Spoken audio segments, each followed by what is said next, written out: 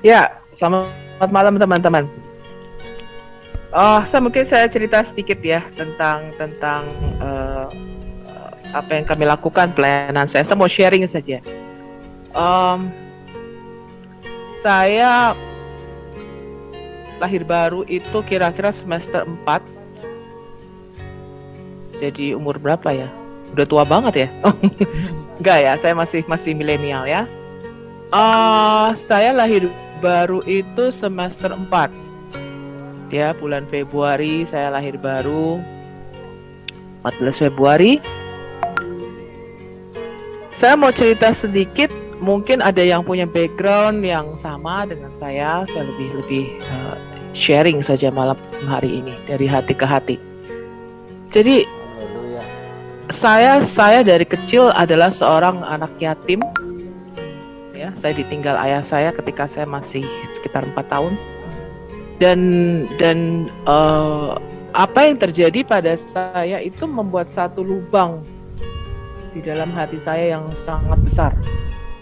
Ya, saya baru dipulihkan itu udah gede lah. Saya baru dipulihkan setelah SMA ke atas, ya, itu sekitar kuliah ya. Itu ada satu lubang di dalam. Tapi saya nggak sadar waktu itu.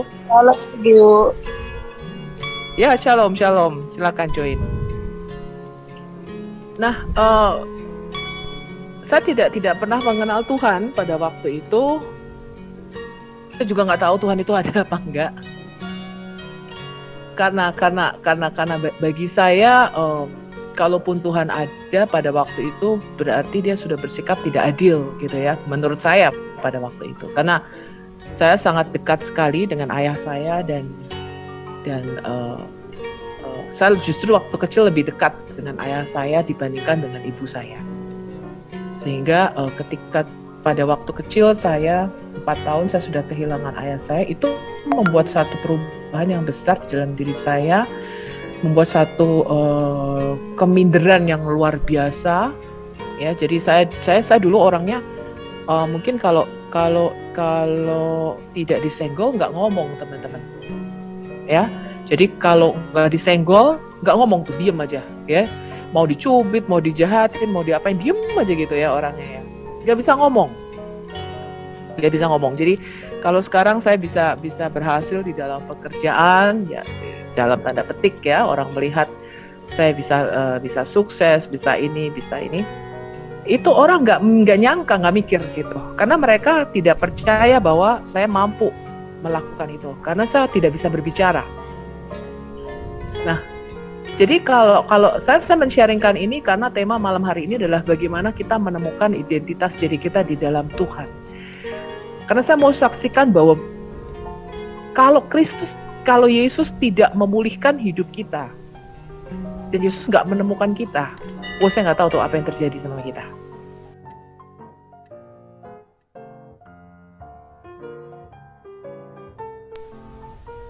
Ya. Jadi saya tidak punya identitas diri, saya nggak ngerti saya mau kemana, saya tidak punya tujuan hidup, dan saya merasa bahwa saya orang termalang di dunia gitu ya.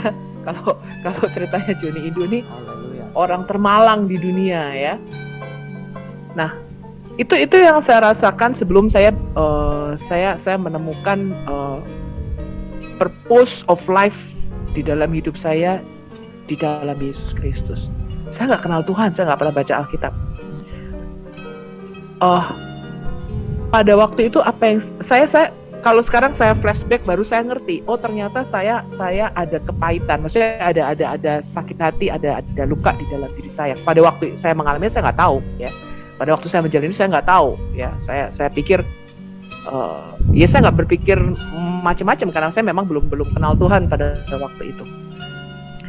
Kemudian setelah saya kenal Tuhan itu saya dipulihkan semester 4. Pada waktu itu saya diajak teman saya untuk retret. Dia katanya, ayo kamu ikut acara ini. Acara apa nih? Aku bilang, ini acara pemuda begini-begini. Di sebuah satu tempat ya, kayak di puncak pada waktu itu. Itu kemudian saya pikir, ya bolehlah gitu ngisi waktu ya, karena waktu itu kan saya tidak pulang pada waktu itu. Saya pikir liburan semester dan ada acara, saya tidak pulang. Kemudian ya apa salahnya waktu itu, saya pengen tahu aja gitu, saya pengen tahu teman saya pada waktu itu. Kemudian saya ikut. Pada waktu itu yang ngisi memang seorang pendoa syafaat ya, dari GBI, Pak Benny Donald namanya, GBI Bandung. Dia seorang ketua pendoa syafaat. Saya juga nggak tahu apa itu pendoa syafaat pada waktu itu ya. Saya cuma ikut aja pada waktu itu. Dan di retreat itu 3 hari retreat kita. Dan saya dijamah Tuhan di situ.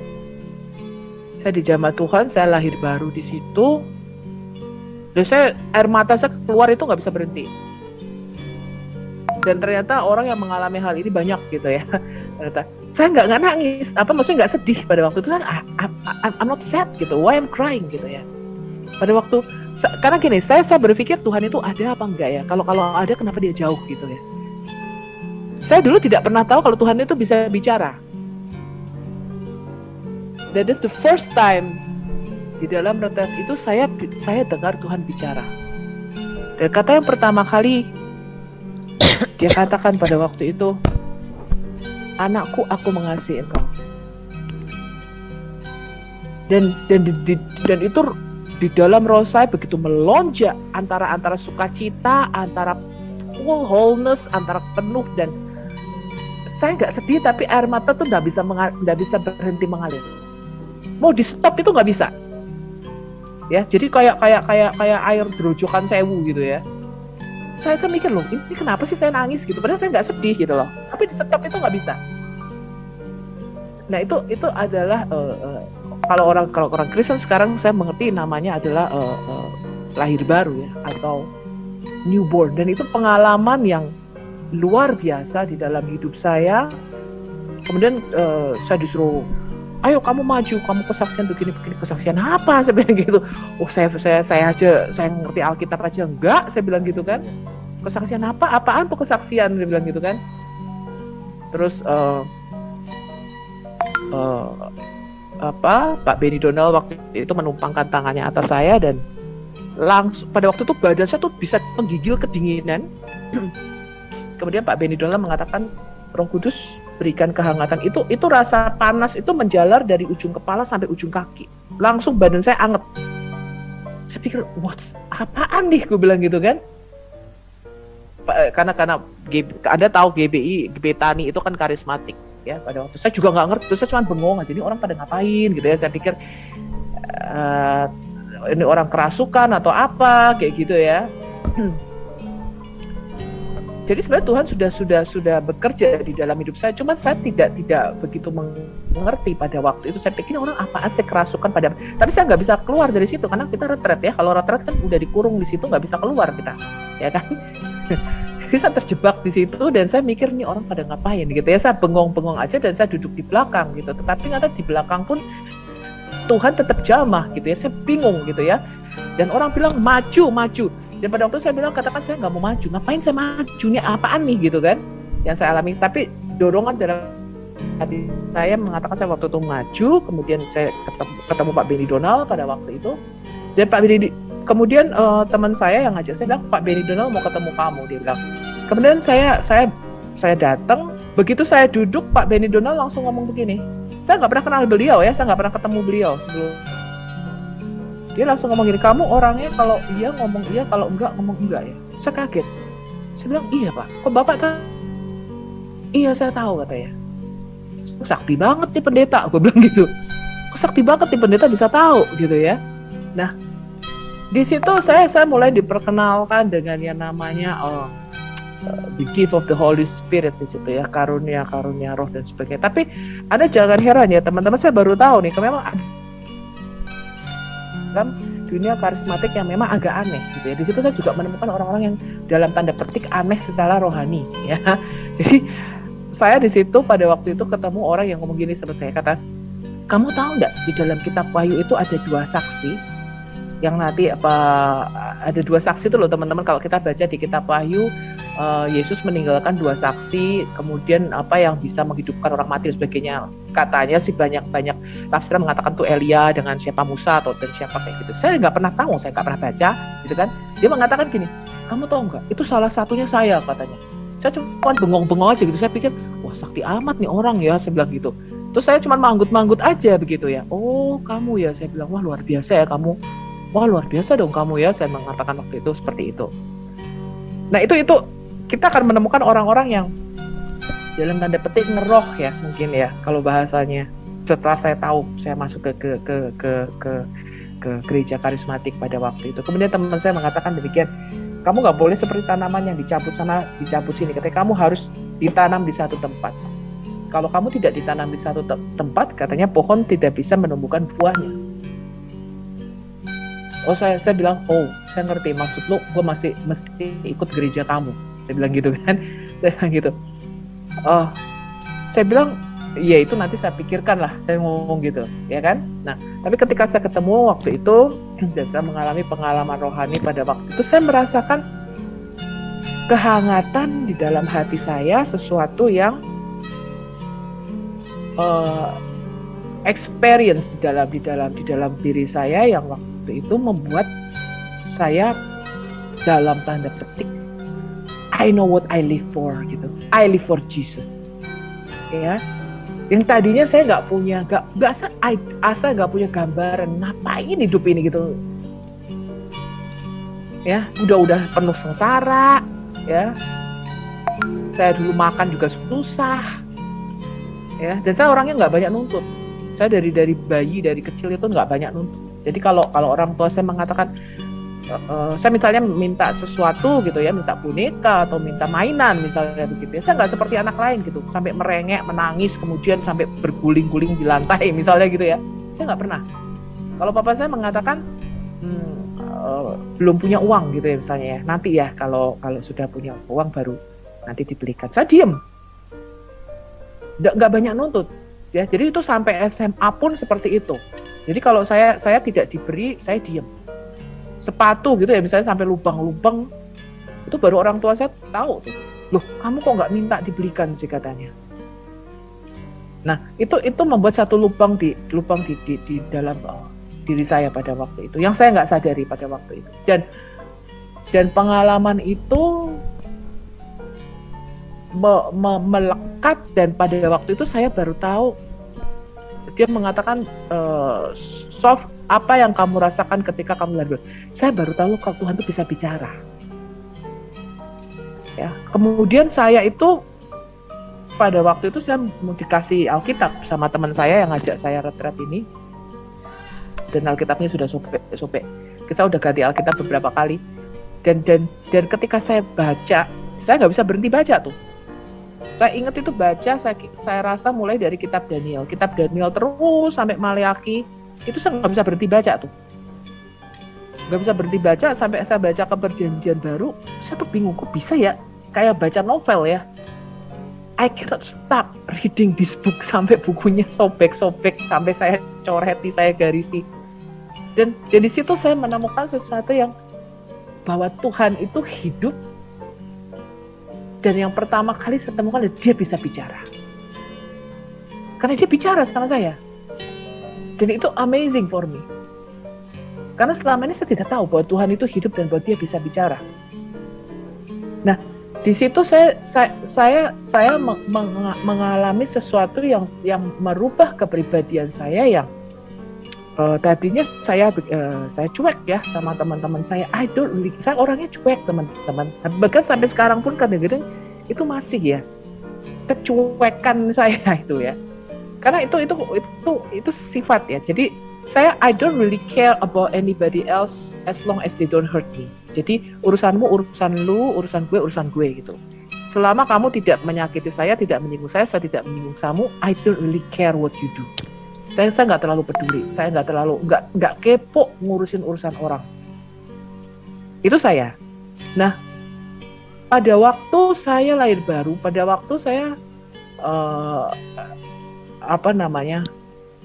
ngerti Tuhan pada waktu itu bahwa dia hidup ya, saya mulai percaya Roh Kudus pada waktu itu.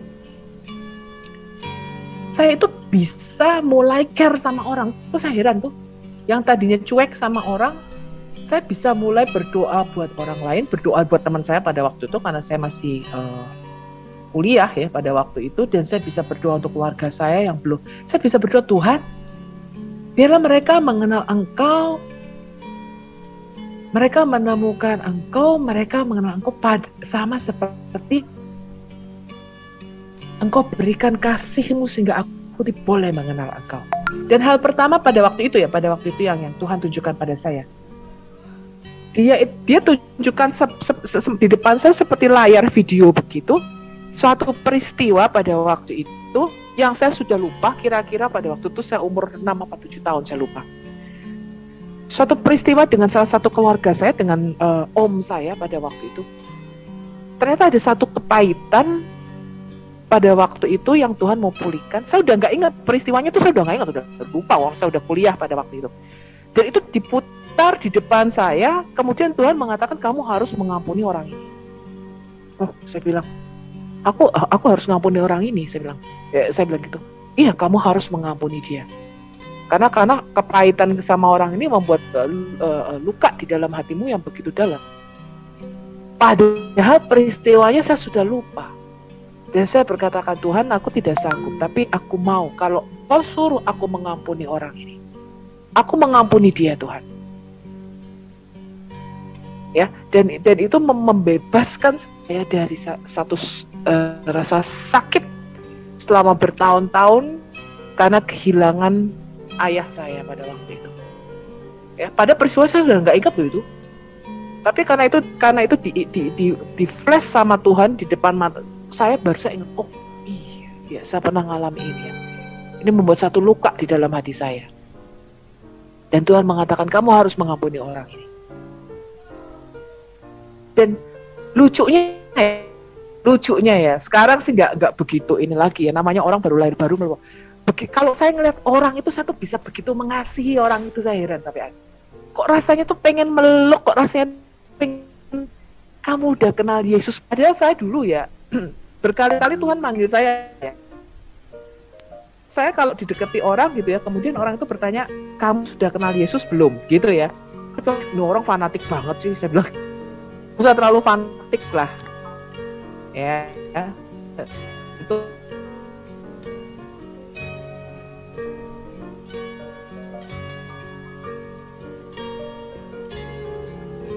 saya kenal Yesus belum. Jadi orang pada waktu itu, teman-teman saya dan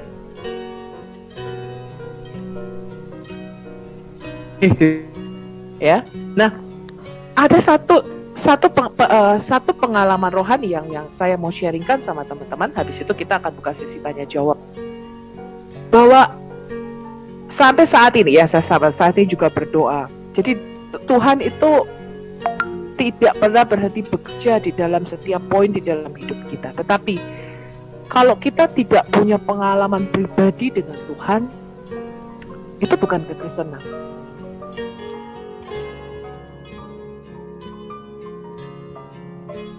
Ya, saya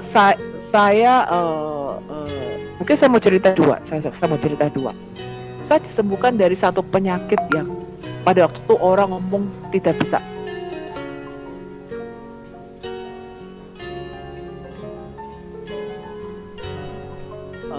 Asma ini dari umur saya berapa ya? Saya lupa dari umur berapa. Pokoknya kalau kambuh ini cukup berat ya. Jadi kalau misalnya kena udara dingin sedikit atau ini langsung saya nggak bisa bernafas.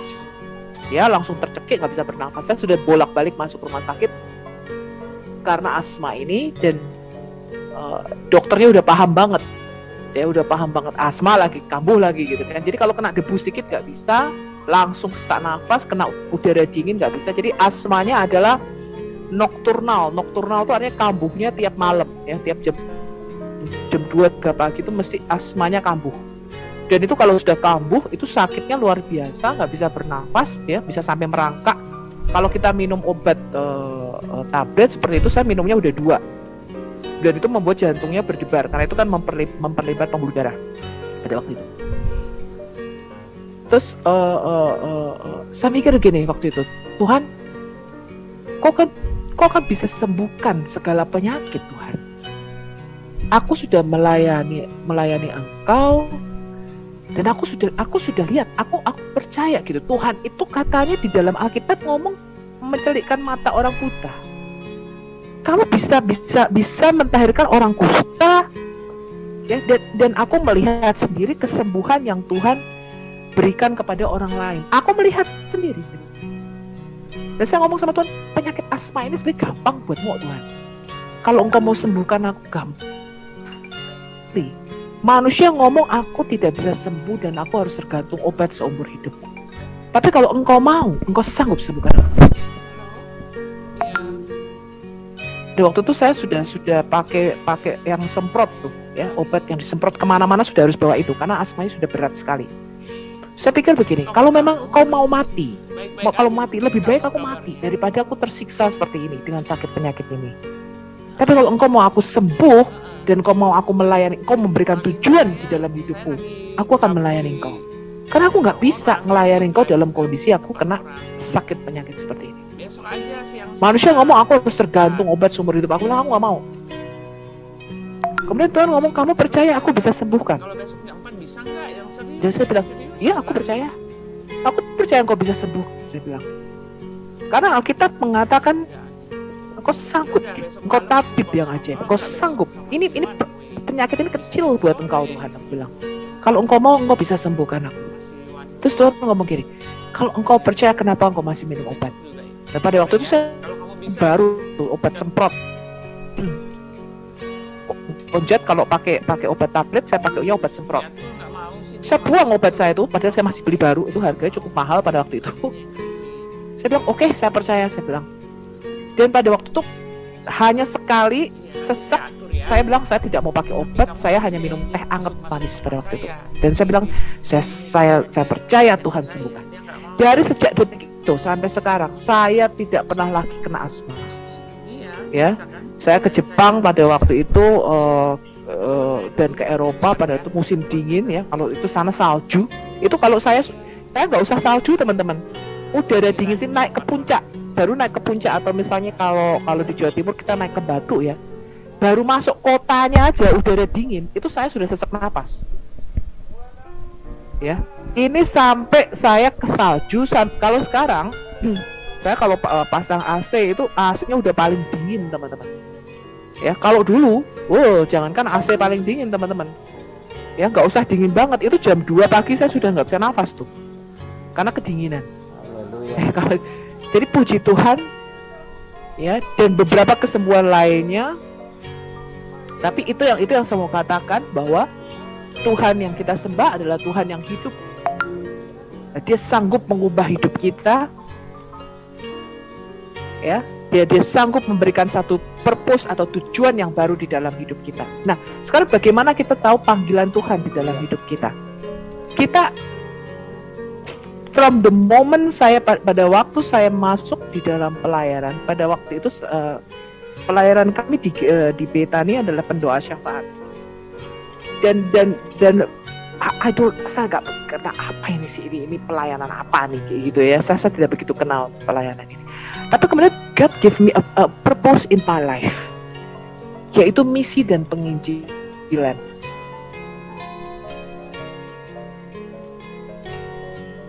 Pagi doa biasa begitu ya, sebelum kita kuliah pada waktu itu. Nah itu kan ya itu. Nah, saya setelah selesai doa, saya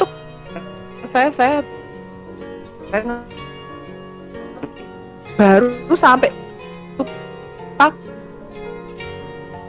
ya ada ketinggalan. Saya buka pintu, saya tuh lagi mikir gitu loh, yang ketinggalan buku gitu. Wah,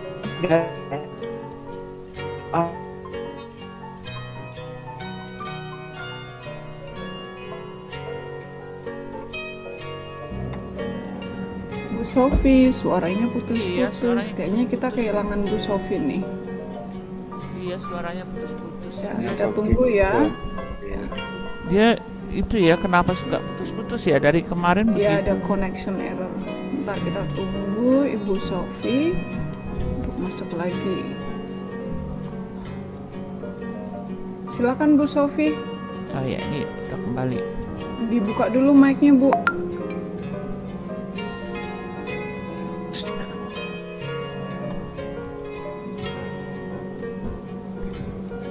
Dibuka dulu mikrofonnya Bu Sofi. Tadi sempat terpental. Sedang bergerak atau gimana?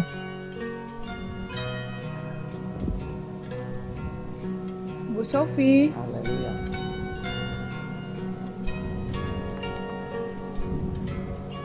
eh, Tadi ada ininya sih. Ya, Bu Sofi masuk dengan device baru kayaknya. Halo. Halo. Ya, ya sempat terputus tadi Bu. ya, aku ada. Ya, oke, sebentar. Ya, kalau aku bicara lewat HP lebih stable sedikit. Ya. Aku lanjutkan ya. Nah, Tuhan memberikan satu purpose pelayaran pada waktu itu. Saya buka pintu kamar, pada waktu itu saya lanjutin ceritanya. Tuhan ngomong begini sama saya, bawa Alkitab. Saya bilang sama Tuhan pada waktu itu, ngapain aku ke kampus bawa Alkitab? Saya bilang gitu. Aku kan mau kuliah, saya bilang gitu. Aku nggak ke gereja, aku bilang. Terus kemudian Tuhan mengatakan, kamu mau taat apa enggak? Saya bilang, iya aku mau Tuhan, tapi untuk apa gitu loh? Kan aku ke kampus mau kuliah tujuannya, aku bilang gitu. Lagian Alkitabku tuh berat, aku bilang begitu. Terus Tuhan ngomong, loh Alkitabmu kan kecil. Dia tahu Alkitab saya Gideon yang biru. Saya bilang, Tuhan tahu aja gitu ya, Alkitabnya kecil gitu kan. Terus oke lah, saya bilang gitulah. Saya nggak ngerti. Saya bilang oke, saya bawa. Saya bilang gitu. Saya bawa saya ke kampus. Dan pada waktu itu pengajaran saya tuh lucu ya. Jadi dosennya itu, kita di kampus itu kalau ada mimbar kayunya tuh tinggi. Jadi kalau dosen itu duduk ya ketutupan tuh wajahnya. Yang kita dengar suaranya aja lah. Dosen saya tuh agak aneh. Dia itu nggak pernah kalau ngajar jalan. Ya dia kalau ngajar tuh hanya baca dari buku, dia baca aja. Jadi kita tuh cuma dengar suaranya, wajahnya nggak kelihatan. Intinya pokoknya kalau kita masuk mata kuliah dia absen itu minimal C. Tunggu Bu Sofi. Silakan Bu Sofi. Oke. Jadi dosen saya tuh agak aneh ya. Jadi pokoknya kalau masuk mata kuliahnya dia intinya dapat C minimal gitu ya. Pokoknya kalau absen aja, hadir aja di dia itu minimal C. Jadi kalau kita kuliah tuh kita nggak lihat wajahnya, kita cuma dengar suaranya aja. Nah saya tuh sambil buka buku, saya itu nyanyi gitu. Pada waktu itu yang terkenal lagunya Frankie Siombing. Saya ngomong gini, Yesus jalan kebenaran dan jalan kehidupan, itu yang Yesus katakan. Aku percaya, amin gitu ya. Saya nyanyi kecil pada waktu itu. Di sebelah saya tuh tanya begini, kamu Kristen ya? Saya bilang iya, saya baru dibaptis. Saya bilang, oh kamu tahu siapa itu Yesus? Ya iyalah, gue baru masuk Kristen, aku bilang gitu. Terus dia tanya, kamu tahu apa itu? Gimana sih caranya orang tuh bisa diselamatkan? Dia bilang. Terus aku bilang gini, nanti ya habis kuliah, gue bilang sama dia, nanti tinggal kita berdua, kita di kelas dulu, lu jangan pulang dulu, gue bilang. Nah selesai mata pelajaran itu, kami hanya berdua di kelas, saya sama dia. Saya keluarin Alkitab saya dong. Oke, sekarang gue bilang, kamu mau tanya apa? Dia tanya bagaimana caranya kita diselamatkan. Saya juga bingung. Saya nggak pernah dapat pelatihan. Saya baca Alkitab aja belum kelar pada waktu itu. Saya sambil buka Alkitab tuh sambil saya doa gini, Roh Kudus, ini jawabannya apa ya? Gue bilang, gue nggak tahu tuh jawabannya apa gitu. Pertanyaan dia saya juga nggak tahu jawabannya apa. Tapi begitu saya buka, itu pas persis ya. Loh, saya kaget gitu loh. Kok yang saya buka dengan pertanyaannya dia tuh bisa nyambung gitu. Itu jawabannya gitu. Padahal saya ngasal aja tuh buka Alkitab. Saya bingung. Oh ini loh jawabannya, ini loh caranya kamu bisa diselamatkan begini-begini. Baptisan itu apa? Dia tanya. Apalagi nih, gue nggak ngerti nih gitu kan. Aku sendiri juga baru pada waktu itu. Bilang, apaan nih baptisan? Gue mikir gitu.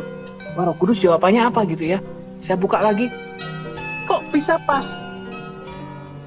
Terus dia tanya apa lagi saya lupa lah ya. Dia ada beberapa pertanyaan, nggak banyak sih, mungkin sekitar 3 atau 4, saya agak lupa beberapa pertanyaan tentang keselamatan, tentang baptisan, tentang siapa itu Yesus kalau nggak salah ya pada waktu itu, saya inget lupa.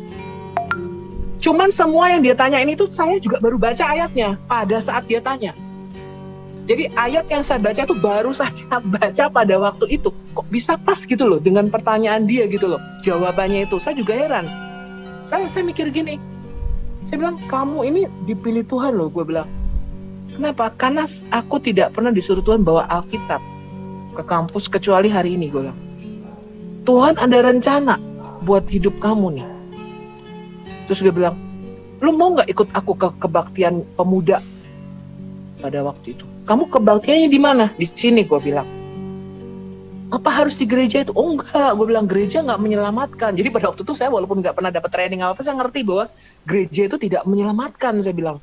Yang menyelamatkan adalah Yesus, saya ngomong. Tapi kebetulan saya bergereja di sini, saya bilang. Kalau kamu mau ikut boleh. Sabtu ya, lu kosnya di mana? Gue bilang. Ntar gue jemput nih, gue bilang. Oke, katanya. Nah, itu jiwa pertama yang saya bawa. Akhirnya dia ke gereja pada waktu itu, dia dibaptis pada waktu itu. And amazing, saya dipanggil sama pendeta saya pada waktu itu. Dan pendeta saya mengatakan, kamu akan dipakai Tuhan di sini. Di mana? Gue bilang, di misi dan penginjilan. Apa itu misi dan penginjilan? Gue bilang. Nah begini. Nah sejak saat itulah saya punya beban. Pada waktu itu Tuhan suruh kita buka persekutuan di kampus. Karena kampus itu bukan kampus Kristen. Bukan kampus Kristen yang saya ini ya. Saya waktu itu ngomong sama teman-teman sepelayan saya bilang, Tuhan suruh kita. Jadi kita pada waktu itu selalu doa pagi. Jadi sejak saya bertobat, itu bertobatnya memang bareng-bareng tuh, satu rombongan. Bukan cuma saya pada waktu itu ya, sama beberapa teman. Itu tuh kita punya beban untuk berdoa bagi kampus kita. Jadi kita kelilingin kampus kita pada waktu itu tiap pagi, kita minta izin sama satpam, kita doain tiap kelas pada waktu itu, kita doain dosennya. Dosen saya yang bertobat 2 pada waktu itu. Kemudian saya ngomong begini ya sama tim saya, Tuhan minta kita buka persekutuan di kampus ini. Terus mereka ketawain, saya bilang. Terus saya bilang gini, kamu sekarang buat surat, ajukan ke rektor. Bilang kita mau minta tempat, pinjam tempat untuk kita buka persekutuan doa Kristen. Terus dia ketawain, dia bilang, apa yang kamu mau lakukan, dia bilang, itu sudah dicoba dilakukan oleh kakak-kakak kelas kita, dia bilang. Tidak pernah ada yang berhasil. Tidak pernah kita diizinkan membuka persekutuan doa Kristen. Gak mungkin, dia bilang. Gak bisa, dia bilang. Gak mungkin kita dapat izin pada waktu itu. Terus dia bilang, udah, kamu nggak usah mikir dapat izin apa nggak. Lu bikin lagi surat, gue bilang. Terus sekarang bikin surat, tujukan ke rektor, CC ke rektor. Bilang kita mau buka persekutuan doa, minta tempat. Dia bikin surat tuh. Dia bikin surat, tembus. Kita dikasih ruangan pada waktu itu. Dan dia heran-heran, dia bilang katanya, loh, kita tuh nggak pernah loh dapat izin selama bertahun-tahun. Kita minta izin untuk bisa buka persekutuan doa di kampus ini, kita nggak pernah bisa. Ini kok bisa dikasih, dia bilang. Ya Tuhan yang ngomong. Iman timbul dari pendengaran akan rema Tuhan. Kalau nggak Tuhan suruh ya kagak mungkin bisa. Nah, jadi ada banyak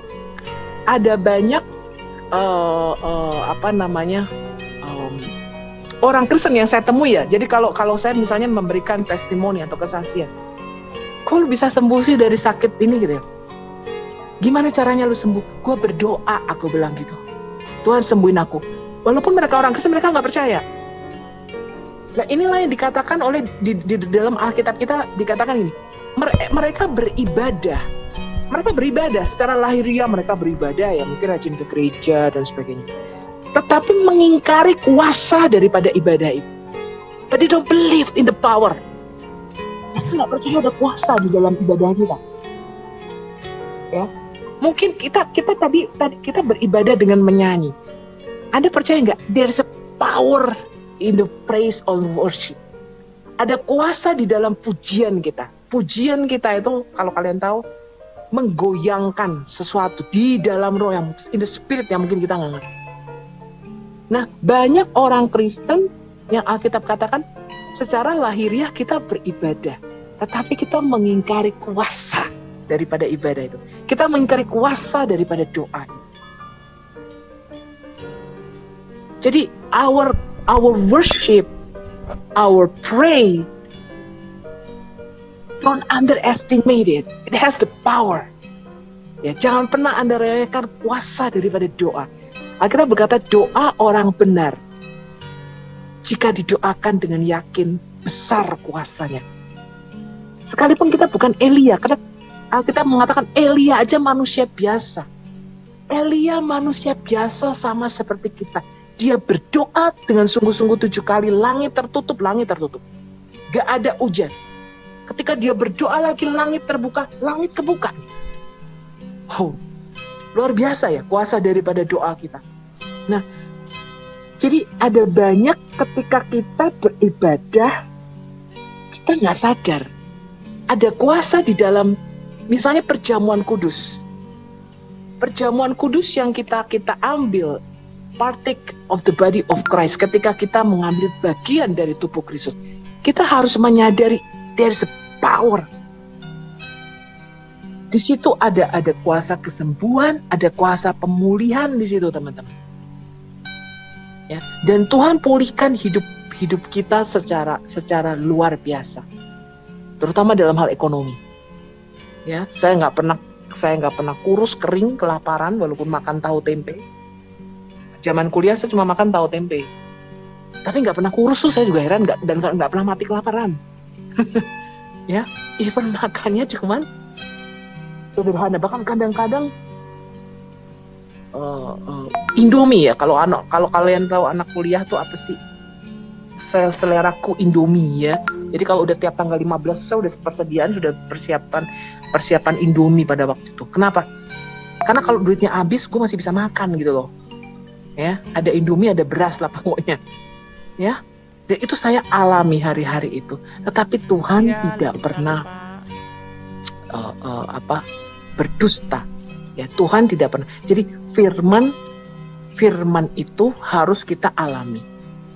Ambil aja. Firman itu harus kita alami. Ambil aja, Pak, ambil aja. Nah, satu lagi saya mau kesaksian, ini yang terakhir. Saya mau saksikan apa yang Tuhan berikan di dalam hidup saya. Habis itu kita akan buka Q&A tanya jawab. Iya. Pada waktu itu kalau kuliah tuh teman-teman tahu kita udah dijatah. Pada waktu itu saya ya kecil lah ya jatahnya. Itu udah pas-pas banget tuh. Jadi ibu saya kalau ngirim duit itu tiap tanggal 1, nggak pernah meleset. Pada waktu itu kurang seminggu dari tanggal 1, saya udah habis duit. Nggak ada sepeser pun, nggak ada 1 rupiah pun saya punya pada waktu itu. Sebentar. Seminggu lagi baru dikirim duit. Wah, saya mikir nih, aduh, seminggu puasa lumayan juga kan gitu ya. Seminggu puasa bisa kurus kering juga nih, saya mikir gitu. Nggak makan, nggak ngapa-ngapain, udah nggak ada duit sama sekali. Ya kan? Akhirnya apa yang aku lakukan, teman-teman? Aku berdoa, berhutang aku malu. Itu kan katanya, berhutang aku malu. Nah, aku doa sama Tuhan waktu itu. Tuhan, waduh, berat nih gue bilang. Gak punya duit Tuhan, bokek. Ya kan, makan apa nih gue seminggu nih? Puasa 1 hari masih oke lah ya, paling lemes-lemes minum air putih. Tapi kalau seminggu, wah bisa pingsan nih aku, gitu kan?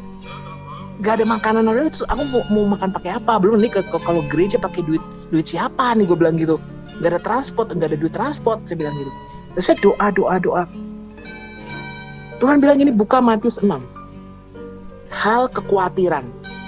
Saya bilang apa Matius 6 apaan sih? Buka. Hal kekhawatiran.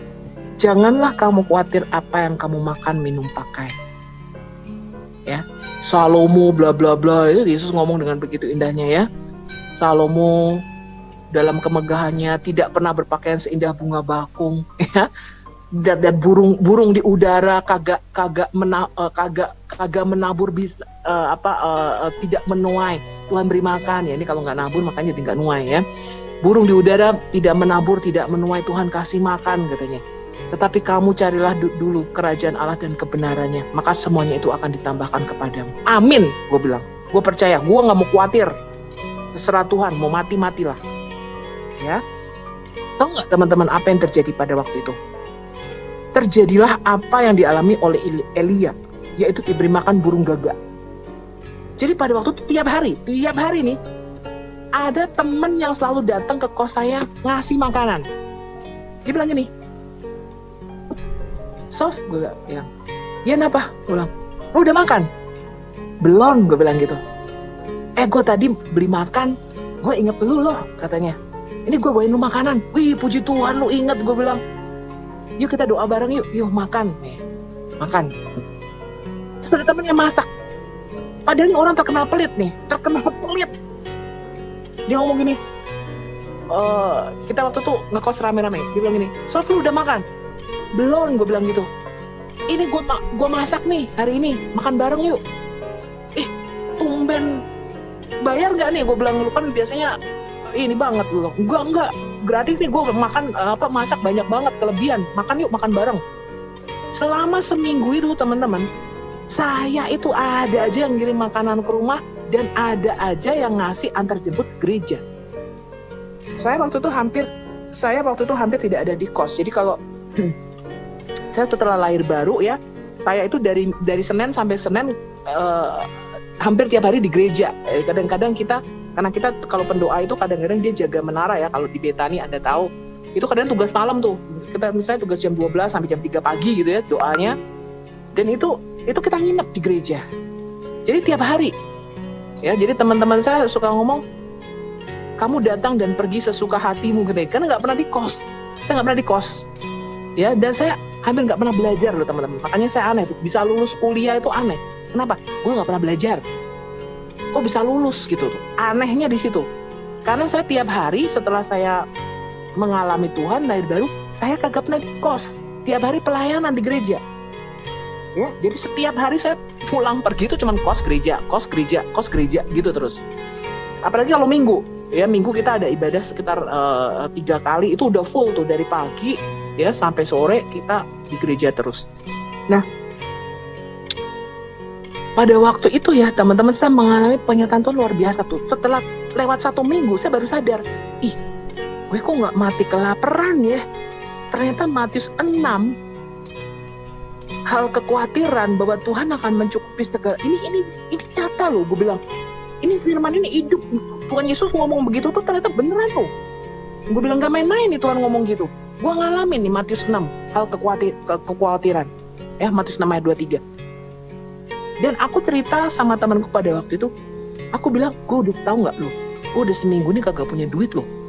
Lah, lu kenapa nggak ngomong sama gue? Kan gue utangin. Dia bilang gitu. Ya, kalau gue ngomong sama lu utangin kan gue nggak bisa mengalami keajaiban Tuhan, penyertaan Tuhan. Gue nggak ngalamin gimana caranya dikasih makan sama Tuhan. Iya ya, dia bilang gitu. Terus abis tanggal 1, orang tua saya ngirim, berkatnya berhenti loh, kagak ada lagi yang bawa makanan ke kos. Itu saya heran. Nah, jadi yang mau saya katakan dan saya mau sharingkan sama teman-teman yang masih muda-muda ini adalah alami perjalanan bersama Tuhan. Anda punya kelebihan dibanding kita ya, atau mungkin dibanding saya. Anda punya yang namanya usia, and don't waste your time. Jangan sia-siakan masa mudamu. Anda punya kelebihan, kamu punya ya saya nggak tahu ya, ada orang yang banyak ya mati muda dan sebagainya. Saya sudah beberapa kali mau mati dan Tuhan masih buat saya hidup sampai sekarang. Tetapi bahwa masa muda kalian itu diisi dengan perjalanan bersama dengan Tuhan. Dan saya mau katakan satu hal, tidak ada yang mengasihi kita dengan tulus lebih daripada Tuhan mengasihi kita. Dan saya bisa mengatakan ini karena saya tahu saya kehilangan ayah saya. Dan kasih Tuhan, pada waktu itu saya mengerti satu hal, ketika Tuhan jamah hidup saya mengerti satu hal bahwa saya punya Bapa di surga loh. Sekalipun saya tidak punya Bapa di dunia ini, sekalipun tidak ada pembelaan, ya, kalau saya dizolimi gitu ya, nggak ada yang bela saya, tapi ternyata ada Tuhan yang bela saya. Dan saya nggak sadar itu. Jadi kalau orang mengatakan apa yang kamu rasakan, yang kamu alamin pada waktu itu, saya mengatakan bahwa saya punya Bapa di surga. Dan sebelumnya saya nggak tahu itu kalau saya punya Bapa di surga. I never know that. Saya nggak tahu kalau saya punya pembela yang ajaib. Dan itu teman-teman harus merasakan dan mengalami itu. Saya rasa teman-teman yang di sini, yang di We Are For Murtadin dan WARM, semuanya mengalami zaman Tuhan yang berbeda-beda dan bagaimana Tuhan berkarya di dalam hidup kita. Dan api ini harus dikobarkan terus, teman-teman. Ya, api kasih mula-mula ini kita jangan sampai padam.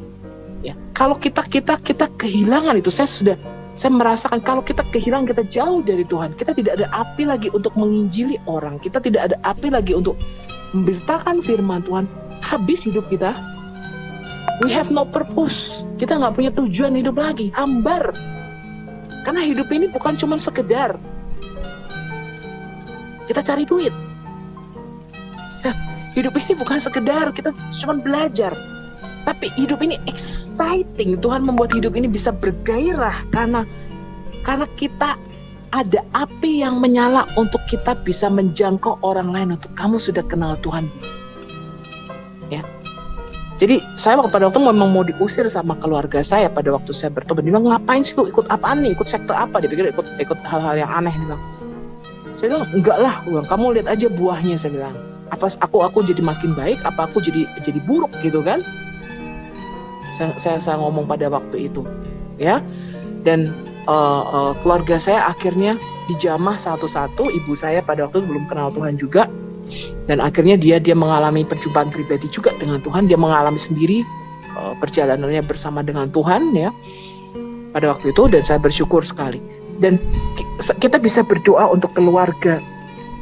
Beban kita adalah keluarga dan teman-teman kita yang belum kenal Tuhan, supaya mereka diselamatkan. Dan terutama untuk Indonesia ini.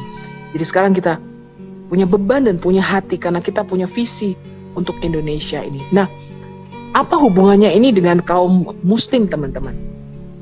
Muslim adalah orang yang giat untuk Tuhan. Ya, Roma 10 mengatakan kita bisa bersaksi bahwa mereka sungguh-sungguh mencari Allah. Ya, orang Muslim adalah orang-orang yang sungguh-sungguh giat mencari Allah loh. Bayangin, mereka sehari berdoa 5 kali ya. Saya nggak tahu apa orang Kristen berdoa sehari 5 kali, saya rasa enggak ya. Berdoanya mungkin pagi, malam gitu ya. Kalau mau tidur, Tuhan gue mau tidur nih begini-begini, terima kasih Tuhan, bla bla bla blok gitu ya. Langsung tidur, apa doa makan mungkin. Tapi mereka sungguh-sungguh mencari Tuhan. Dan Tuhan memberikan satu visi di Yesaya 6 bahwa orang-orang Muslim ini akan kembali kepada Tuhan, yaitu orang yang hatinya seperti merpati.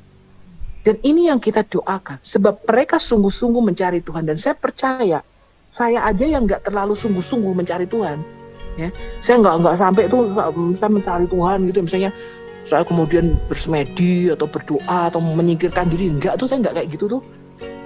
Tetapi saya ditemukan oleh Tuhan, itu pun luar biasa. Dan kita berdoa kalau bahwa mereka yang sungguh-sungguh mencari Tuhan, aku percaya firman Tuhan berkata bahwa tidak ada yang sia-sia bagi mereka yang mencari wajah Tuhan. Tuhan berkata, mereka yang mencari wajahku, mereka akan menemukan. Dan itu yang kita doakan bagi Indonesia. Dan teman-teman, saya berdoa supaya Anda dibangkitkan menjadi seorang pemberita Injil atau apologet muda. Ya, kita berdoa karena kita memerlukan banyak orang-orang seperti itu. Dan apapun panggilan Tuhan di dalam hidup kita, teman-teman berdoa. Berdoa begini, Tuhan, give me the purpose of life. Berikan aku tujuan hidup. Ya, kalau Anda sudah di usia-usia, di angka-angka seperti kita misalnya ya, ini usia-usia matang ya, saya bilang matang menjelang tua gitu ya. Nah, Anda harus berdoa dengan cepat-cepat. Semakin muda Anda dipakai Tuhan, semakin luar biasa. Kenapa? Kalau udah Tuhan mau ngapain tuh, teman-teman? Ya, Kalau nanti kita misalnya udah tua, jalan aja udah susah gitu ya, lututnya udah kena persendian otot-otot, tuh gue mau melayani Tuhan ya, melayani ini apa nih? Ya udah tante-tante gitu, aduh tante mau melayani Tuhan, melayani apa ya? Udah tante bisanya berdoa ya, apa masak misalnya. Ya, which is good misalnya ya, itu pelayanan Tuhan juga. Tetapi semakin Anda muda, semakin Anda berdoa di dalam Tuhan dan Anda, God give me the purpose of my life. Karena Tuhan akan pakai kita di talenta yang kita punya. Nah, saya tidak pernah mengerti talenta saya kalau tidak ada di dalam Tuhan. Karena talenta kita punya masing-masing sendiri. Ada yang Anda berdoalah, talenta apa yang Tuhan berikan. Dan di situ kita berdoa sebab Tuhan pakai aku. Engkau sudah memberikan aku the gift. Engkau memberikan aku talenta ini. Kalau talenta untuk mengajar, biarlah itu dipertajam. Karena kadang-kadang begini teman-teman. Kalau saya mengajar nih ya, ini saya mengajar nih, saya bikin materi. Kalau Anda lihat di Hayat Indonesia, ketika saya bikin materi itu tuh yang saya pelajari ya, itu bisa Tuhan kadang ngomong sesuatu yang saya baru kali itu tahu loh. Tuhan bisa bukakan sesuatu. Ini ya, kamu ini ngomongnya gini, nanti ayat ini nyambungnya ke sini, ini ke sini. Loh kok bisa ya? Saya juga heran. Jadi kadang-kadang ketika saya mengajar misalnya, atau saya ini, itu yang keluar dari mulut saya, itu bisa balik ke saya nih. Kok saya bisa ngomong gitu ya, gitu. Jadi artinya memberi pengajaran buat diri saya sendiri.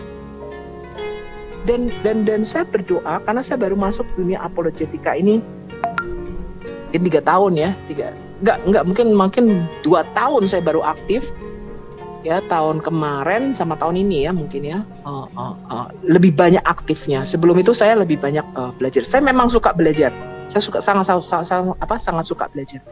Tapi ketika saya masuk di sini, karunia itu akan semakin dipertajam. Dan kalau Tuhan memberikan kita purpose of life, kalau Tuhan memang ini tujuan Tuhan mau pakai kita di satu bidang di situ, Dia akan memberikan kita karunia dan Dia akan mempertajam karunia-karunia itu. Seperti itu teman-teman. Ya, nah itu adalah yang mau saya sharingkan mengenai menemukan identitas kita di dalam Tuhan. Tanpa Yesus kita tidak punya jati diri. Tanpa Yesus kita terhilang. Karena Yesus is the center, is the purpose. Di dalam Yesus lah kita hidup ini punya makna. Itu hanya kalau kita ada di dalam Dia. Di luar Yesus hidup ini nggak punya arti, teman-teman. Trust me, ya, kosong hidup kita tanpa Tuhan. Itu yang saya rasakan selama bertahun-tahun. Nah, itu adalah yang saya mau sharingkan. Pak YP, mungkin boleh kalau ada yang mau respon, menanggapi, atau ada yang mau ditanyakan, coba teman-teman, silakan. Ya, saya mau tanya dulu yang pertama, boleh? Boleh, silakan Bu. Ya, pertama kita kan semua sudah melihat Ibu Sofiatul sepertinya punya kelebihan dalam soal pengetahuan tentang latar belakang Islam, lalu Kristen, sejarah-sejarah gitu kan. Ini Ibu dapatnya dari mana, Bu? Ya, pengetahuan tentang itu ya, ilmu-ilmu itu Ibu dapat dari mana? Apakah Ibu pernah sekolah atau Ibu gimana itu? Sekolah. Iya, kalau secara ya. Jadi dapatnya dari belajar, Bu. Ya dari banyak membaca. Kalau sekarang kan kita download buku-buku online banyak sekali. Gitu. Dan otodidak terutama ya, kalau cari sendiri ya, otodidak ya. Kalau saya rasa kalau talenta mengajar tuh banyak ya teman-teman kita di kalau kita lihat pastor luar biasa. Pastor saya di gereja saya seorang pengajar, seorang pengajar tuh begini ya, kalau saya lihat ada banyak memang pastor bisa berkhotbah, tetapi tidak banyak yang punya talenta mengajar. Jadi kalau orang punya talenta mengajar, dia itu bisa membuat sesuatu yang rumit itu menjadi simple, menjadi dipermudah, orang itu bisa mengerti. Ya, orang bisa mengerti dengan cara yang sederhana, dia bisa menangkap garis besarnya dengan mudah, dan dia bisa mengingat tuh. Jadi kalau saya misalnya pastor saya ya, kalau khotbah itu saya bisa tahu garis besar yang dia omong itu, saya bisa hafal, bisa ngerti, nancep di pikiran saya. Karena ada banyak pastor ketika berkhotbah minggu depannya kita udah lupa kemarin khotbahnya apa ya dia ya gitu ya kadang-kadang. Karena dia tidak punya talenta mengajar. Nah, orang yang diberi talenta mengajar itu dia bisa membuat sesuatu menjadi mudah, jadi gampang diingat. Ya, jadi nggak lupa. Ya, jadi saya ingat tuh, oh dia kemarin cerita mengenai 3 gunung di dalam kitab Taurat misalnya. Itu saya bisa ingat. Dia cerita tentang ini, itu artinya ini. Dia cerita tentang gunung yang kedua, artinya ini. Cerita tentang ketiga, artinya ini. Kemudian dia cerita misalnya 3 tongkat. Tongkat Musa, tongkat Yakub. Itu saya bisa ingat tuh. Ya, walaupun pastor itu udah lama banget khotbahnya. Bisa bertahun-tahun. Kemudian dia khotbah mengenai the kingdom of God. Dia khotbah mengenai kerajaan surga. Itu saya bisa ingat nyantol di otak saya bertahun-tahun sekalipun. Itu sudah lama saya baca. Nah, itu karunia mengajar di situ. Nah, karunia berapologetika berbeda lagi kalau kita lihat. Kalau kita bicara mengenai Islamologi. Makanya saya berkali-kali kan mengatakan bahwa di gereja itu tidak banyak, ya hampir nggak ada lah. Saya hampir nggak pernah dengar pastor itu menyinggung mengenai Islamologi. Mana pernah kita dapat pengajaran Islamologi di dalam gereja? Pastor itu kalau khotbah tidak pernah menyinggung Quran, tidak pernah menyinggung siapa itu Muhammad atau sejarah Israel. Kita buta, pengetahuan kita tentang Islam nol. Karena memang di dalam gereja tidak pernah diajarkan hal-hal seperti itu. Ya, saya herannya ketika saya buka, ternyata memang terutama saya tertarik di dunia apologetika Islamologi, kan saya berkali-kali sudah ngomong sejak Christian Prince ya 4 tahun yang lalu ketika saya menonton, iseng-iseng sih saya waktu nggak tahu ya kok bisa menemukan itu. Saya menonton, saya ngikutin. Di situ saya mulai tertarik gitu loh. Di situ saya mulai tertarik pertama karena saya memang di misi dan penginjilan. Pelayanan saya memang di misi dan penginjilan. Dan saya mulai tertarik itu karena saya nggak pernah dengar ada pendeta yang ngajarin seperti ini. Kita nggak tahu apa itu hadits. Kita nggak tahu apa itu ajarannya. Kita nggak tahu bagaimana nih Quran ini bisa sampai di tangan mereka, bisa jadi buku yang seperti sekarang ini. Kita nggak tahu asal-usulnya dari mana. Nah, dari situlah saya belajar. Dari situlah saya cari tahu. Tetapi buat saya begini, bukan hanya kita harus tahu ketika kita mengkritik kepercayaan ya, other beliefs, tetapi kita juga harus tahu apa yang kita percayai. Jadi yang paling penting adalah kita mengerti dulu nih tentang Alkitab kita. Kita ngerti dulu tentang apa yang kita percayai tentang firman Tuhan ini, baru kita bisa compare ya dengan yang lain. Nah, kalau kita nggak mengerti apa yang kita percayai kan repot. Ya, kita aja nggak ngerti gitu. Alkitab kita ditanya nggak ngerti. Ya, ditanya tentang yang simple misalnya tentang konsep dosa, konsep keselamatan, kita nggak ngerti. Lalu bagaimana kita bisa menginjili orang lain? Bagaimana kita bisa membagikan Injil keselamatan itu kalau kita apa yang kita percaya saja kita nggak ngerti? Nah, inilah yang membuat saya membuat pengajaran itu saya bikin untuk awam, bukan untuk orang-orang, bukan pastor, bukan sekolah teologi, enggak. Bahasanya sangat sederhana supaya orang mengerti ketika mereka membaca Alkitab, mereka tahu, oh ini toh intinya Alkitab kita.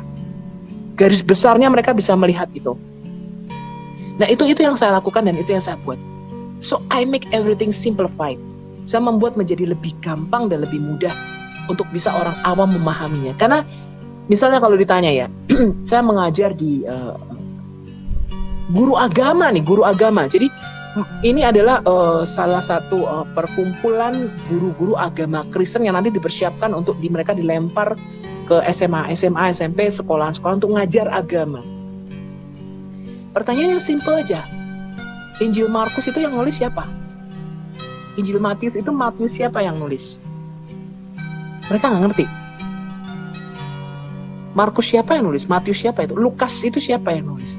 Nah, karena saya bisa memahami ini kalau kita melihat pengajaran agama misalnya di SMA, mana pernah kita belajar mengenai apologetika dasar, bagaimana Alkitab ini terkanonisasi. Karena teman saya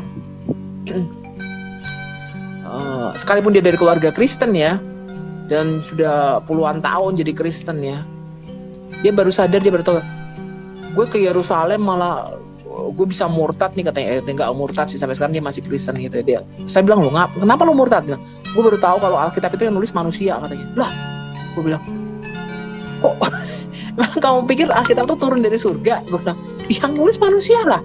Nah, dari situlah saya bisa mengerti bahwa gereja ternyata tidak memberi makanan yang cukup mengenai apologetika. I'm very sorry. Ya, jadi mungkin khotbah di gereja, termasuk including in my church, ya. Ketika kita mengkhotbahkan, kita lebih mengkhotbahkan mengenai motivasi mungkin, ya kan. Kita kuat di dalam kondisi misalnya COVID seperti ini, ya ada orang yang kehilangan pekerjaan, misalnya begitu ya. Motivasi mengenai apa lagi? Kadang-kadang gereja ya, saya masukin beberapa gereja khotbahnya lebih seperti motivator gitu loh. 5 kunci sukses, jujur, apalagi tuh setia, apalagi lah 5 kunci gitu ya misalnya. Lah ini mah gue gak usah di gereja gitu ya, di kerjaan gue aja gue dapet gitu kan. Nah, tetapi ya hal-hal yang dasar, yang basic dan mendasar, ya saya melihat ini terutama di kantong-kantong Kristen ya, kalau kita lihat mereka menyerangnya adalah di bagian apologetikanya, pengajarannya. Kalau kita tidak kuat di apologetikanya, ini berat. Ya, ketika kita ditanya misalnya nih, simple, ketika saya melemparkan, karena saya juga mengajar apologetika, saya melemparkan aja pertanyaan. Katanya kita Tritunggal itu menyembah 3 Tuhan, mereka mengatakan 3 in 1 katanya. Tritunggal itu apa sih? Gitu. Kalau saya tanya Tritunggal itu apa sih, kebanyakan menjawab 3 in 1. Lah 3 in 1 kan Torabika. 3 in 1, emangnya shampoo Torabika 3 in 1, kopi 3 in 1. Nah, jadi hal yang simple ketika kita mengatakan, katanya kita ini Kristen ya, kita percaya kepada Tritunggal, Trinitas Maha Kudus. Apa sih Tritunggal itu? 3 in 1. Nah, jadi kebanyakan gereja tidak memberikan satu basic pemahaman apologetika, meletakkan satu dasar apologetika di mana kita bisa menjawab pertanyaan, terutama pertanyaan muslim. Nah, ini yang saya lihat mulai dirubah. Karena saya melihat ketika saya diminta untuk mengajar, ternyata yang masuk di ruang adalah beberapa pastor dan beberapa orang-orang sekolah teologi ya. Dan mereka bilang, kita nggak dapat ini di sekolah teologi ya. Dan saya nggak tahu karena saya nggak pernah sekolah teologi ya gitu. Ya. Nah, mereka mengatakan kita nggak dapat ini di sekolah teologi ya. Well, I don't know, saya bilang, karena saya nggak pernah sekolah teologi ya. Tetapi bahwa basic yang gereja perlukan saat ini adalah kita harus punya fondasi dasar apologetika dan pengajaran yang cukup kuat. Dan ini basic banget. Bagaimana Alkitab itu sampai di tangan kita. Karena inilah yang diserang oleh yang katakan kristolog ya dari mereka. Ya, jadi pertanyaannya sebenarnya simpel kok. Ya, Tuhan kamu 3, kamu menyembah 3 Tuhan, 1 tambah 1 tambah 1 kok bisa 1? Jadi pertanyaannya muter-muter itu aja sih. Yesus itu bukan Tuhan, Yesus itu cuma nabi, cuma utusan. Nah, kan pertanyaan itu aja. Muternya di situ sebenarnya. Nah, itulah yang harus kita equip gereja, memperlengkapi tubuh Kristus ini supaya mereka bisa menjawab. Nah, itu yang saya doakan dan itu yang Tuhan pakai di dalam hidup saya. Begitu Bu Uti? Ya, luar biasa sekali. Ya, terima kasih Bu Sofi, luar biasa sekali ya. Ya, memang itulah kelemahan dari gereja. Kadang juga saya berpikir ya, kok gereja nggak pernah gitu bahas. Tetapi saya pikir ada untungnya juga sih, memang nggak perlulah bahas-bahas mereka dalam situasi kita yang minoritas begini gitu. Tetapi akhirnya kan menimbulkan ketidakmengertian kita tentang mereka. Makanya itu juga penyebabnya banyak juga yang meninggalkan Yesus, karena mereka nggak kenal, yang di sana mereka nggak tahu gitu. Mereka pikir bagus-bagus aja gitu. Jadi kalau saya melihat kenapa orang dari Kristen bisa mualaf begitu ya, mereka ngomong kayak Tere Pardede misalnya. Saya bertanya kepada suster saya nih, Yesus kalau Tuhan kenapa Yesus berdoa? Yesus berdoa kepada siapa? Ya, kalau kita tidak bisa menjawab pertanyaan-pertanyaan seperti ini dan kita tidak di-equip, tidak diperlengkapi, ya akhirnya dia begitu deh, kan gitu. Iya. Ya kan? Yang lebih parahnya di gereja juga kadang tentang doktrin yang seperti ini juga nggak dijelasin gitu. Apalagi nggak dijelasin, nggak. Jadi datang ibadah tuh cuma untuk itu belajar beriman. Tuhan menyelesaikan masalah, Tuhan menyembuhkan orang sakit, Tuhan Ya akan kita harus mengasihi melindungimu, gitu kita kan. mengasihi, itu Kalau aja. orang udah kaya dianggap itu berkat itu, Bu. Iya, itu aja, memang itu aja. Nggak pernah diceritakan. Temanya begini. Ya. Temanya menaburlah kamu seperti Ishak ya, makin lama bertambah kaya dan makin lama makin menjadi kaya. Jarang banget diceritakan tentang ini kan ceritanya misalnya satu ayat gitu ya. Saya melihat ini ayat bagus sekali nih kalau dikembangkan, kalau diceritakan ini doktrinnya bagus nih, kena nih cerita tentang Yesus itu siapa, anak Allah itu siapa. Tahu-tahu yang dibawa di situ ya aplikasinya ke kehidupan sehari-hari. Padahal itu bagus sekali. Jadi banyak sekali sebetulnya orang-orang di dalam gereja tuh nggak ngerti Yesus yang dia sembah itu siapa gitu. Jadi ketika ada goncangan, ada rayuan dari luar, apalagi dia dapat jodoh atau apa, ya tinggalin aja Yesus seperti itu. Itu kelemahan dari gereja gitu, karena mereka nggak ngerti. Coba kalau mereka mengerti, mereka tahu status mereka tahu siapa yang mereka sembah, itu nggak gampang ninggalin Tuhan, tuh nggak gampang. Jadi kalau saya lihat orang-orang yang murtad itu, orang-orang yang murtad dari Kristen itu ya karena mereka nggak ngerti apa-apa. Kalau mereka ngerti, mana mau mereka sampai apapun ya. Kalau perlu mati pun kita mau gitu, rela. Daripada kita harus meninggalkan Yesus gitu. Karena itulah yang dicari sebetulnya oleh seluruh isi dunia ini, ada di Yesus. Keselamatan itu cuma ada di Yesus. Kalau mereka mengerti itu gitu. Ya nggak ada pilihan lain, ya memang cuma Yesus. Tapi mereka kan nggak ngerti. Dan itu kan sudah kita lihat kan di dalam contoh-contoh mualaf katanya yang ya contohnya yang Ahmad Kenama lah apalah, nggak ada isinya, itu kan kosong semua. Pemahaman mereka tentang Alkitab itu kan kosong semua. Iya kan, buktinya bisa mereka bilang di Alkitab sendiri dikatakan Tuhan bukanlah manusia sehingga dia berdusta gitu. Loh, saya bilang kok dia katanya Kristen, nggak ngerti yang begini-begini. Apalagi yang mantan pendeta gitu. Di perjanjian lama nggak ada Roh Kudus katanya. Ini orang apa-apaan sih? Wah, on dia waktu di Kristen gitu aja saya kesimpulannya. Orang on ini ya biasalah, ngertilah. Makanya kebodohan dalam Kristen itu membawa petaka, membawa kita nggak selamat. Makanya harus tahu kebodohan itu juga celaka loh. Iya.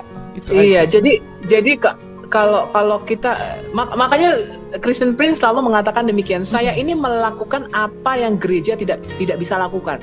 Dan saya maklum, memang gereja harusnya jangan melakukan itu. Jadi kalau gereja melakukan seperti apa yang saya dan CP lakukan, berat gitu ya konsekuensinya. Biarlah ini tugasnya bagi kita.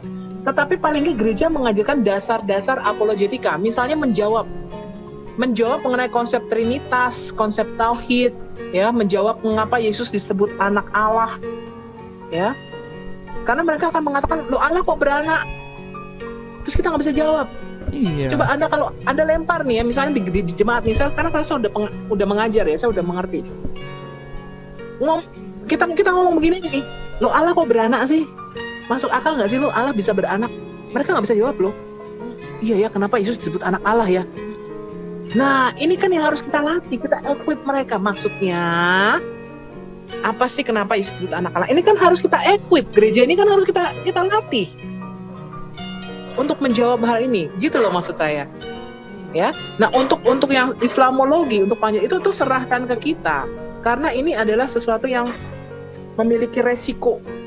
Ya, ini bukan bagian daripada gereja. Ya, jadi itu serahkan ke kita, ya, karena saya didukung oleh gereja-gereja juga dan didukung oleh hamba-hamba Tuhan. But bagian yang ini pasukan yang berani matinya inilah yang di depan, ya kan? Nah, tetapi bahwa kita harus mengequip gereja, makanya di tempat saya tidak boleh kita hanya berpolemikus seperti channel-channel Muslim yang mengkritik, yang ngomongin Alkitab tapi tidak pernah membahas pengajaran mereka. Nggak boleh, kita harus berimbang. Kita harus ngerti apa yang kita percaya untuk menjawab hal ini. Karena apa? betapa dalam dan betapa indahnya Alkitab itu ketika digali itu nggak selesai-selesai loh teman-teman, saya sampai heran loh. Iya. Saya itu udah belasan tahun jadi Kristen ya, tetapi firman Tuhan itu, wih, nggak habis-habis kayak permata, lu gali ada lagi dapat, lu gali, saya sampai kok bisa ya Tuhan ini bicara kok begitu dalam firman-Nya. Oh iya ya, saya jadi belajar lagi. Semakin saya belajar semakin tahu, saya banyak nggak tahu ternyata. Ya, nah firman Tuhan ini begitu kaya dan itu yang harus kita sharingkan. Orang kalau punya kekayaan itu kan pengennya dibagi, nggak bisa diem. Mana mungkin, nggak bisa diem.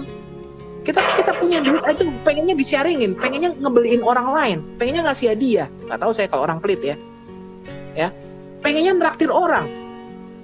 Itu kalau gue, ya kan? Kita punya pengetahuan itu pengennya di-sharingin. Saya sharing, kalau saya habis dari gereja, misalnya saya sering sharing sama teman saya ngomong, saya dapat belajar sesuatu loh, tentang apa? Dia bilang, gue dapat sesuatu tentang the kingdom of God, kerajaan surga. Gue bilang itu, ternyata Tuhan itu kasih kita kunci kerajaan surga. Terus dia bilang, udah lalu ngapain sih belajar katanya, makanan di tempat kita gereja pastor kita cukup. Dia bilang kayak gitu. Bilang nggak cukup. Bilang. Kemudian saya bikin satu lembar, maka itu saya belum berapologetika di YouTube pada waktu itu. Saya kasih ini loh ringkesan bukunya, karena kebanyakan sumber saya adalah bahasa Inggris. Jadi I need time to translate, bukan hanya untuk menerjemahkan, tapi untuk mengerti. Kadang ada istilah-istilah yang saya harus mempelajarinya lebih dalam. Nah itu saya perlu waktu. Jadi ketika saya membuat satu video, itu saya belajar, bukannya asal enggak. Saya mempelajari lebih dulu, berjam-jam saya baca untuk bisa ngerti apa yang dia omongin, dan supaya saya bisa mentransfernya in a simple way, dengan cara yang lebih mudah, yang gampang, yang simple, yang bisa dimengerti. Gitu loh. Jadi ketika saya bagikan itu, dia bilang ini, ya gila lu Sof, dia bilang, gue dapet terobosan tentang keuangan nih, dia bilang, dari apa yang kamu translatein, kamu terjemahin, dia bilang, gila luar biasa nih apa yang lu ajarin, dia bilang kayak gitu. Ini gue bagiin boleh nggak? Boleh, gue bilang bagi bebas, ya, supaya jemaat gereja ngerti, gue bilang. Jadi bagaimana pengetahuan kita itu menjadi berkat. Kenapa? Karena kebanyakan mereka tidak punya akses ini karena satu keterbatasan pertama, nggak bisa bahasa Inggris. Sedangkan sources itu yang berbobot, kebanyakan mereka English speaker atau mereka menulis dalam bahasa Inggris. Nah itu yang saya translatekan, itu yang saya bagikan, itu yang saya sharingkan. Ketika kita bicara mengenai grace atau kasih karunia, itu saya sharingkan, ini loh, grace begini. Oh iya bener ya, lu bilang. Jadi kalau saya bertemu dengan orang, saya jarang. Saya kalau berteman jarang dengan orang yang omong-omong kosong, agak tidak berbobot gitu ya. Jadi kalau saya bertemu dengan orang, misalnya 2 jam kita ketemu atau 3 jam, saya ngomongin firman, itu kita sharing. Nih lo, gue dapat ini, lo dapat apa? Dia nanti akan cerita, gue dapatnya ini. Tuhan ngomong begini. Itu lingkungan saya. That's my environment. Saya terbiasa dengan orang-orang seperti itu. Nah, jadi biasa kita kalau ketemu 2-3 jam, omongan kita itu sedikit mendalam dan sedikit berbobot, dan itu tidak banyak, terus terang tidak banyak orang yang bisa berteman dengan saya, karena kadang mereka gini, gue nggak ngerti Sof yang lu omongin apaan, lu kalau ngomong terlalu dalam katanya. Gue nggak ngerti kalau omongin kayak apaan. Habibi Bu, izin Bu, kayak Habibi lebih cepat berpikirnya daripada bicaranya lagi. Sudah cepat Ibu Syafaatul bicarakan, tapi lebih cepat lagi thinkingnya itu sangat cepat. Haleluya. Jadi kadang-kadang ya enggak, karena kan teman ngobrol aja. Saya suka ngobrol dengan orang-orang yang memberikan input buat saya ya. Apakah itu di dalam teologi ya, kalau kita bicara mengenai firman, saya suka ngobrol firman Tuhan tuh, saya suka banget tuh. Saya suka banget kalau orang sharing mengenai ini loh, Tuhan ngomong, itu dalam banget tuh. Ya. Karena firman Tuhan tuh kaya loh teman-teman, luar biasa. Saya suka juga orang ngobrol bisnis. Ya, saya suka orang ngobrol sesuatu yang mendalam, yang dia ngerti banget apa yang dia omongkan. Nah, dengan orang-orang yang seperti itu kita bergaul.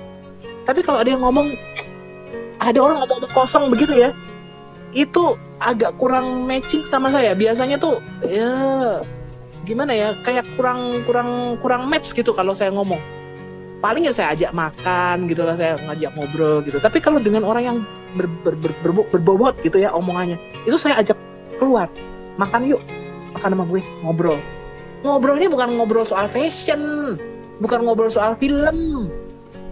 Saya suka nonton film sih, actually ya. Tapi ngobrolnya soal apa? A deeper meaning of the word of God. Dan saya suka itu. Dia sharingkan mengenai hidupnya dia sharingkan apa yang Tuhan bicara di dalam hidupnya, dan saya sharingkan apa yang Tuhan bicara di dalam hidup saya. Hidup ini nggak gampang teman-teman, hidup ini nggak gampang. Saya tahu, saya udah ngalamin hal itu. Tetapi bersama Tuhan, jangan pernah takut ya, jangan pernah khawatir. Saya udah ngalamin teman-teman makan nasi lauk beras. Dan I praise God, saya mengalami hal itu. Saya nggak pernah kurus kering tuh, ya. Nah, saya mengalami hal itu. Kenapa? Firman Tuhan nyata. Jadi firman Tuhan harus kita alami. Kalau dia bicara mengenai bahwa dia memberikan kita hidup yang berkelimpahan, dia mencukupi kehidupan kita, itu mesti mau alamin firman Tuhan, jangan teori. Hidup kok teori? Ya, hidup perlu kesembuhan. Kalau nggak bisa ke dokter, nggak punya duit, mau apa? Nggak bisa operasi, terus gimana? Ya, hidup perlu duit buat makan. Firman Tuhan mesti kita alamin. Ya, jadi kalau Tuhan mengatakan, akulah Yehova Jireh, Allah yang mencukupi segala kebutuhan. Pernah ngalamin nggak Yehova Jireh? Seperti yang Abraham alamin. Tuhan mengatakan, aku Yehova Rafa, Allah yang menyembuhkan. Pernah ngalamin nggak kesembuhan nama Tuhan? Nah, kalau kagak pernah, artinya kita nggak firman Tuhan menjadi sesuatu yang dibaca aja. Itulah bedanya kita dengan orang agamawi, because we walk with God. Firman ini menjadi sesuatu yang living. Firman Allah itu a living word, sesuatu yang hidup, dan mesti kita alami, harus kita alami, desak Tuhan. Dan saya kadang-kadang kalau ada satu kebutuhan yang mendadak dan mendesak, saya bilang, aku tidak akan berhenti berdoa sampai kau jawab aku, Tuhan. Be persistent in God. Desak Tuhan. Tuhan mengatakan, ketuk pintu, kata Tuhan. Ya, kalau saya ada satu kebutuhan yang saya give up, nggak bisa nih Tuhan, nggak ada jalan keluar nih, I mess up. Ya, saya mengalami teman-teman, nggak bicara mulus, nggak ada mulus hidup. Ya, yang mulus itu cuma iklan skincare. Ya, hidup nggak ada yang mulus. Ya, ketika kita melihat, saya mengingat bahwa Tuhan tidak pernah meninggalkan kita. Dan saya katakan sampai mati pun Tuhan tidak akan pernah meninggalkan kita. Ya, ketika kita mau intip-intip, mau jatuh, kayak orang udah di pinggir jurang nih, Tuhan tangkap kita, Tuhan balikin kita. Ya, desak Tuhan. Ya, kadang kalau kita berdoa misalnya sesuatu, God, saya bilang, sampai engkau jawab aku nggak berhenti berdoa. Sampai engkau ngomong sesuatu, sampai engkau jawab. Apa jalan keluar dari masalahku ini? Because I give up. Aku nggak punya jalan keluar, buntu. Ya, tapi di dalam Tuhan selalu ada jawaban. Jangan pernah berhenti berharap. Kadang-kadang saya juga begitu. Aduh Tuhan, desperate banget gitu ya. Misalnya kerjaan macet lah, apalah gitu ya. Kemalangan lah menimpa kita, lalu kita ngalamin. Mengikut Yesus, keputusanku. Mengikut Yesus, keputusanku. Mengikut Yesus, keputusanku.